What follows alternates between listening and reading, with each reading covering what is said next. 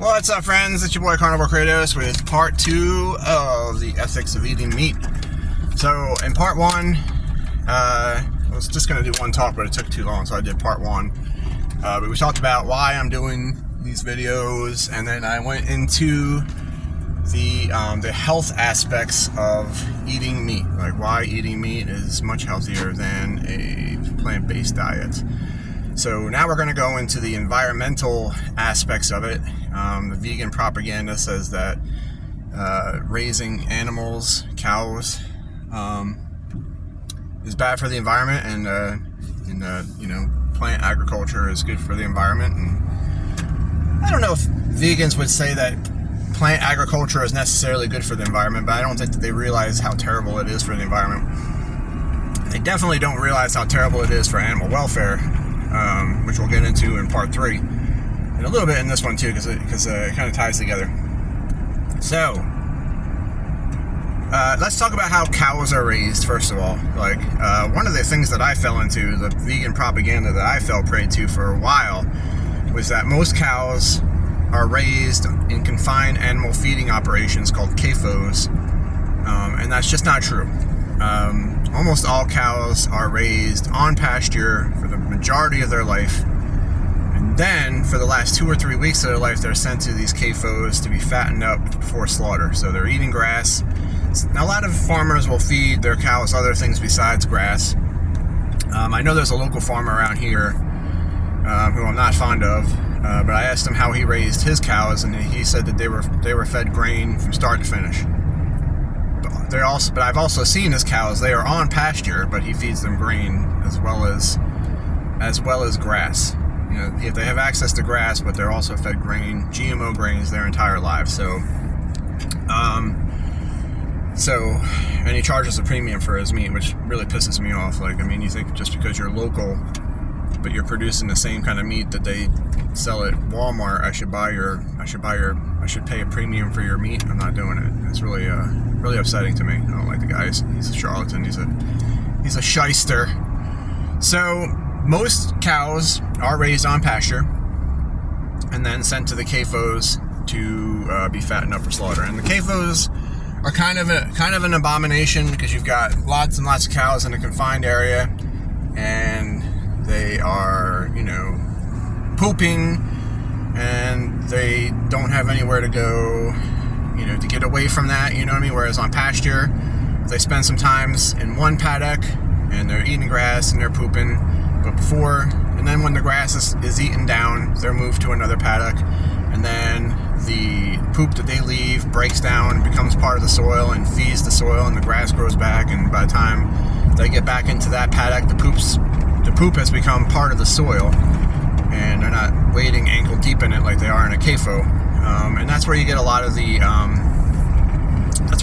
foodborne illnesses from, the E. coli, because unfortunately grains are not the cow's proper diet, and when you feed them grains, it blows up the unhealthy E. coli bacteria in their gut, and then they poop it out, and then they wade ankle deep in it until they're slaughtered. And often that does contaminate the meat.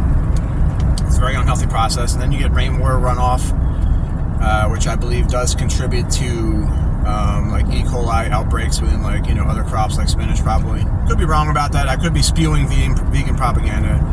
I haven't fully deconstructed the whole thing yet, but I do know that most cows are raised on pasture for most of their lives, and a cow on pasture is about the most environmentally friendly thing that there is.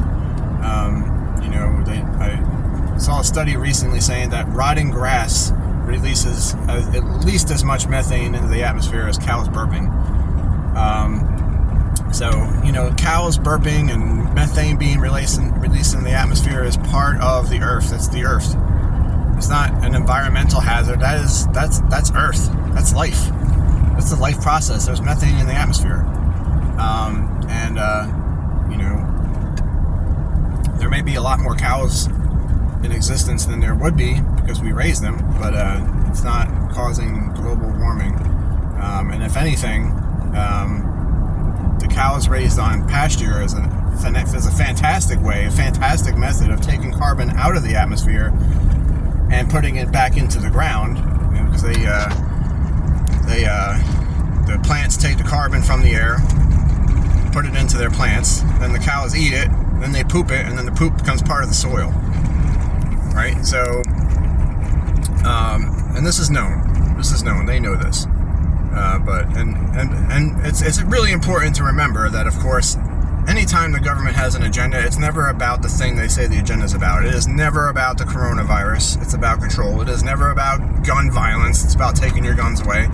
And it's not about the climate. It's about, finding excuses to tax you more and finding excuses to restrict your life more and take away more of your freedoms and to destroy your health. And I can go into a whole talk on that, but they are literally trying to reverse the process that made you human, make you sick and anxious and depressed all the time and weak. You look at 90% of vegans out there, they're anxious and depressed, they're angry, they're weak. They got sarcopenia because they're not getting any protein, and they're not in a good way, and that's what they want to do to us. But back to the environment. So we know that the cows, especially, are not harmful to the environment, especially not in the aggregate. Could we do better? Absolutely. I mean, it's unfortunate. It's an unfortunate fact that grain-finished cows taste better to most people. You know what I mean? It's just, fat is flavor. So when you're adding fat to the cow, you're adding flavor to the cow, and I have a local grass-fed farm down the street from me that I buy meat from, and I can tell you that, it's not lacking in flavor at all. It's amazing. But it still doesn't have as much fat as the grain-finished cows you get from the store. But we can always do better. Let's always put this through all aspects of all of these videos I'm making. We can always do better. Animal agriculture has taken a turn for the ugly in a lot of places, especially with pigs and chickens. There's a big reason I don't eat pigs and chickens very often. I eat chicken once a week, and I hardly ever eat pork. And I don't even know if it's vegan propaganda with a lot of the ways that I've seen pork raised. But I do know that chickens are raised in very unhealthy environments by and large. You have to really, really learn how to read labels when it comes to chickens, because they'll say cage-free, and cage-free will just be, one giant, warehouse with 100,000 chickens crammed in there, and it's filthy and disgusting, and it's just as unhealthy as if they were in a 1 by 1 foot square cage, 1 by 1 square foot cage, and then you've got free range, and see, they have legal different. It's like there's the common sense definition of it, and then there's the legal definition of it, and the legal definition of free range is a very small access area outside of the warehouse where they potentially could find and go outside and walk around in. Very small. It's like 10 foot by 10 foot for 100,000 chickens. And it's something ridiculous like that. And then I've seen some conditions where pigs are raised. Now the problem, I know I'm getting into the health aspect of it, but the bigger problem with chickens and pigs especially is that they're monogastric animals, whereas the ruminants like cows have 4 stomachs. And the glyphosate, because I haven't even gotten into the plant agriculture aspect of it, but the glyphosate that they spray on the GMO foods, they're finding, I think, I've seen studies showing this, that they're finding that they're not finding glyphosate in the meat and fat of cows, because that's how good their stomachs, their digestive systems are at filtering out toxins. But a pig especially, and a chicken, they're both monogastric. They have one chamber in their stomach, and one stomach. And a pig especially is particularly filthy. They just don't process the toxins the way that the cows can, especially, and they can't sweat. You ever wonder why a pig is always rolling around in mud? It's because they can't sweat. That's the only way they can keep cool is by rolling around in mud on hot days. And mud is usually full of their own shits, so. And then the garbage that they're fed, that they're unable to fully process the toxic aspects of that, and it ends up in the meat. Humans are the same way. You store a lot of toxins in your meat, especially like when you go from a plant-based diet, like most people are on. Like the standard American diet is actually plant-based. You eat some meat, but the majority of your calories come from plants. A lot of people, when they quit standard American diet cold turkey, the oxalates that are stored in our fat end up getting released as we lose weight, and the fat burns off. The oxalates get released all at once, and it causes a lot of problems. It causes a lot of carnivores to become sick, and a lot of people think that's a side effect of the carnivore diet, when really it was a lingering side effect of the standard American diet, plant-based diet. So pigs and chickens especially are not good animals to eat, and the way that most chickens and pigs, I mean, there's the Joel Salatin method of raising chickens and pigs, which is fantastic. Joel loves to celebrate the pigness of the pig, and they're out in the woods, digging for acorns and ripping up roots and everything, and just being pigs. That's a beautiful thing. You don't have a lot to worry about as far as toxins go when your pig is out on pasture, eating pasture, wild things, or just natural things. Like a lot of people who raise pigs feed their pigs their vegetable scraps. Like they don't feed them garbage. That's perfectly fine. But by and large, the store-bought pig and chicken that you get are going to be pretty much an abomination, both for the environment and the health. Now, as far as plant agriculture goes, you might think that you don't ever hear about. Sometimes you do, actually. It's kind of funny that you do hear about that. Plant agriculture has a much higher carbon footprint than animal agriculture, because a lot of times you'll get stuff that's grown in Chile or Peru, and you're buying it in the grocery store in New Jersey or whatever, or even or they'll grow peaches in Georgia, ship them to China to be packed, and then sent back to America. It's just I don't know who thought that was a good idea. That's why I would say it's not about the environment. It's not about greenhouse gases, and if they were, they wouldn't be going after the meat. Trust me. So they use way more greenhouse gases to produce.